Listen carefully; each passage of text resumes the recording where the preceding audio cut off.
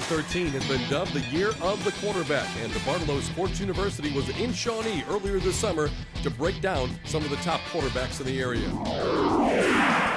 Former OU offensive coordinator Joe Dickinson will break down some of the top quarterbacks, D1 prospects in the area. And we'll also take a look at some of the quarterbacks of the future. Number of talented sophomores, freshmen, and even younger at the DeBartolo camp.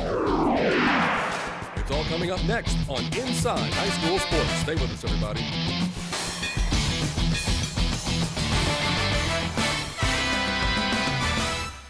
Hi again, everybody, and welcome to Inside High School Sports. I'm Steve Marshall. Well, we finally made it. Now just a couple days away until the kickoff for the 2013 high school football season. And even though the names change every year, one thing remains a constant if you're going to compete for the gold ball in high school football. You need a strong and steady play from the quarterback. And for the 2013 season, the talent pool is very deep. In the next half hour, we'll take a look at many of the quarterbacks expected to lead their teams down the road toward a state championship. Joe Dickinson from DeBartolo Sports University will join us and take a look at how and why some of the top quarterbacks in the country are right here in Oklahoma. A quick timeout, and then we're back with more right here on Inside High School Sports. When you come to practice, be ready. Let's go 3 rhythm and throw. Get up there. Don't get tight. Don't get tight. 3 and a hitch. I don't think people have any idea how many hours of time you have to put in to be a successful quarterback. Time. What we want to do is try to give them what it would be like in a college training camp, preseason training camp experience. You want to be big time, you got to be big time. We're keeping score to see how much we can get you to improve in just a few days.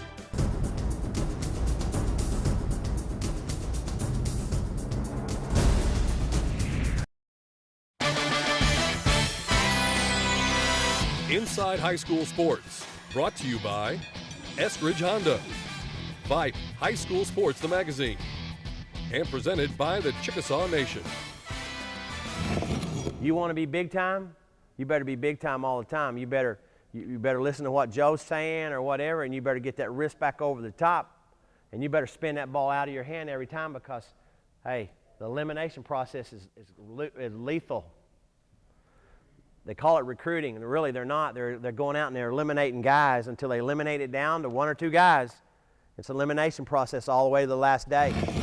Earlier this summer, DeBartolo Sports University and former OU offensive coordinator Joe Dickinson hosted a 3-day elite quarterback camp. Many of the top quarterbacks gathered at Shawnee High School. Youngsters from 10 years old to collegiate quarterbacks gathered to learn more from some of the top coaches of the country. Camp director Joe Dickinson told the guys what to expect. Day one is we'll introduce the way we try to throw the football at DeBartolo Sports and try to teach them how to the proper grip, proper drop, get their knees at the target, all the things. Try to create a pace and an arc and all those things in the release. Just really go back to the fundamentals of how you actually play this position. Day two, we'll take the next step. We'll go from now they should know how to get it out of their hand, now to get it out of their hand maybe with a rush coming at them or doing more footwork and getting their feet involved because it all starts with your feet. Day three, we'll try to make it more of a group atmosphere. Obviously we'll still be a long ways from getting done with our techniques, but we'll go a little bit more group work where they're feeling like they get a rush at them and we're getting some reads and coverages so that they can throw the football to the right spots. Film studies handled by Jeff Weeks from the New York Jets. They're going in and studying where where all the defenses get to the 1 high and 2 high coverages and where you go where the weaknesses of those are and then how to attack it. David Cornwell moved from Jones to Norman North for the upcoming season, and he's already committed to the University of Alabama. Coach Joe Dickinson takes a look at Cornwell and some of the other top quarterbacks for the upcoming season.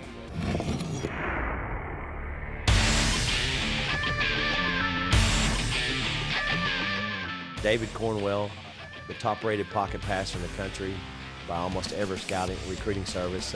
David's senior at Norman North High School, who had a great junior season at Jones. David's committed to Alabama, was recruited by almost everybody in the country. He has great pocket presence. He has great field awareness, and he has the ability to extend plays. David has the pro body type and has all the skills and has worked so hard to develop himself and being the top prospect in the country.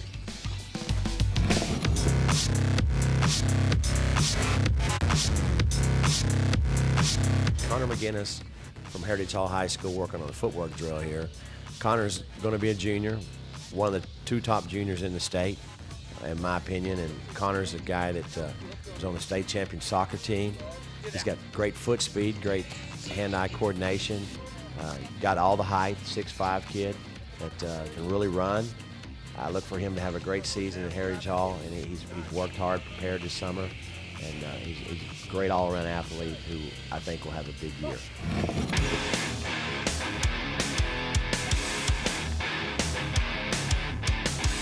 Dylan Hatchell from Hennessy, Oklahoma. Dylan's a kid that's been in a lot of championship games. He's nothing but a winner. He loves the game.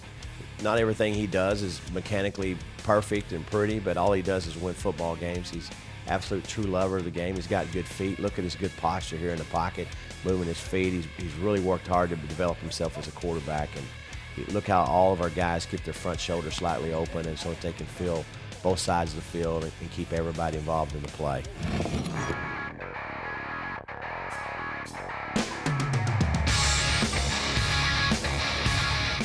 Taquan Wallace from Cassidy High School, returning starter, going to be a junior, a 2015 guy, a great athlete, a guy that's continuing to work on his quarterback game.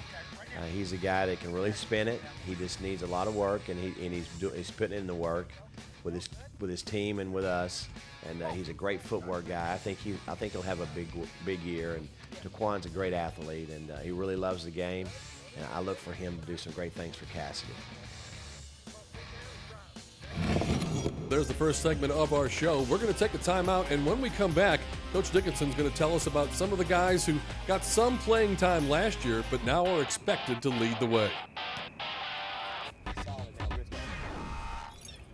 When you come to practice, be ready. Let's go 3 rhythm and throw. Get up there. Don't get tight. Don't get tight. 3 and a hitch. I don't think people have any idea how many hours of time you have to put in to be a successful quarterback. Time, time, time, time. What we want to do is try to give them what it would be like in a college training camp, preseason training camp experience. You want to be big time, you got to be big time. We're keeping score to see how much we can get you to improve in just a few days.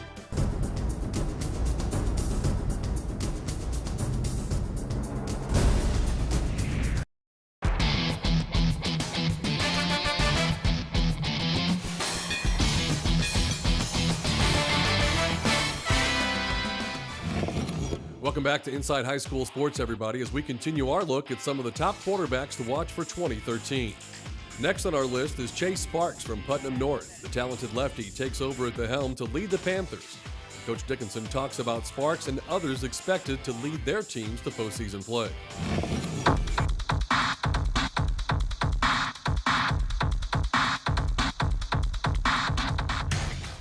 Yeah, Chase Sparks is going to be the starter at Putnam City North. Chase has got a chance to have a great season up there. He's worked hard this summer.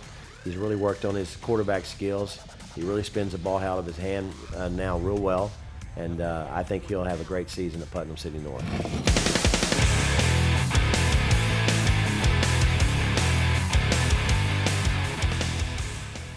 John Jacobs is one of the returning starter at Shawnee High School, will be a junior. I think he's one of the top 2 quarterbacks in the state, junior quarterbacks. And maybe, even better than that. But John's a very talented athlete. He can do it with his feet and his arm. He's what they're looking for these days in college football, that Johnny Manziel has made famous. And John is a talented guy, and big, and is a great runner, and had a great season at Shawnee last year. And I think he'll take Shawnee a lot further this football season.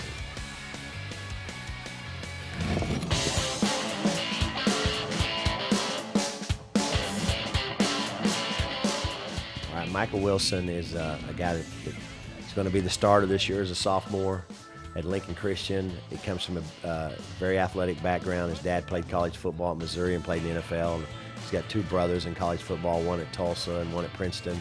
He's a guy that you'll see make a lot of big plays up in the Tulsa area this fall.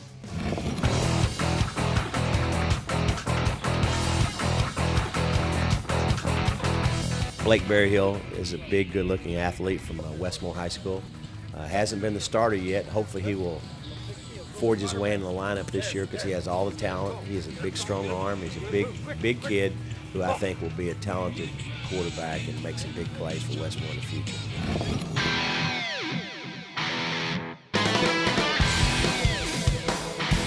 Chandler Garrett is one of the future stars that I think that we train. I think Chandler is one of the best athletes that's been through our program.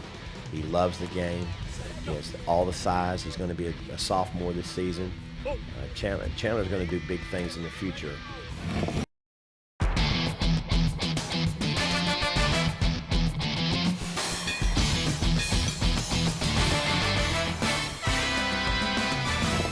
Well, we've told you about some of the quarterbacks to watch for this year and even tipped you off on some quarterbacks to watch the next few years to come. Now we take a look at some of the top quarterbacks further down the road, all the way down to one very talented sixth grader, according to Dickinson.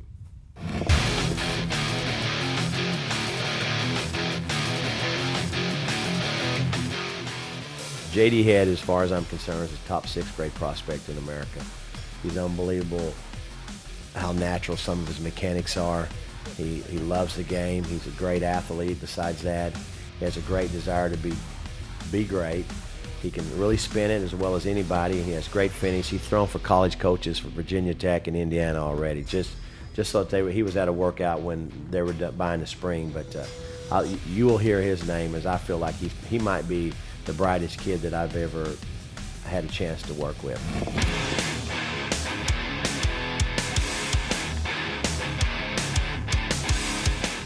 Caden Blanchard is one of the best eighth graders that's around. Obviously, he's got size already. He's got great arm strength. Very athletic kid, plays all the sports. Caden is out of Little Axe, Oklahoma, and Caden is one of the top 7 rising eighth graders in the country.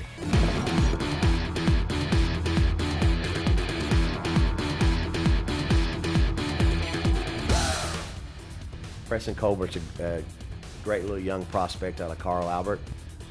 He's an eighth grader this fall. Preston has a chance to be a star in this business. He has a great arm strength, great foot athlete, very athletic kid. You'll hear his name in the future. And now, comments from some of the parents of these young quarterbacks and how they have seen improvements through the DeBartolo camp in our Sounds of the Game feature. Well, obviously, we started our practice in 1984, started sports medicine, etc. And back then, there weren't any real camps. I mean, none.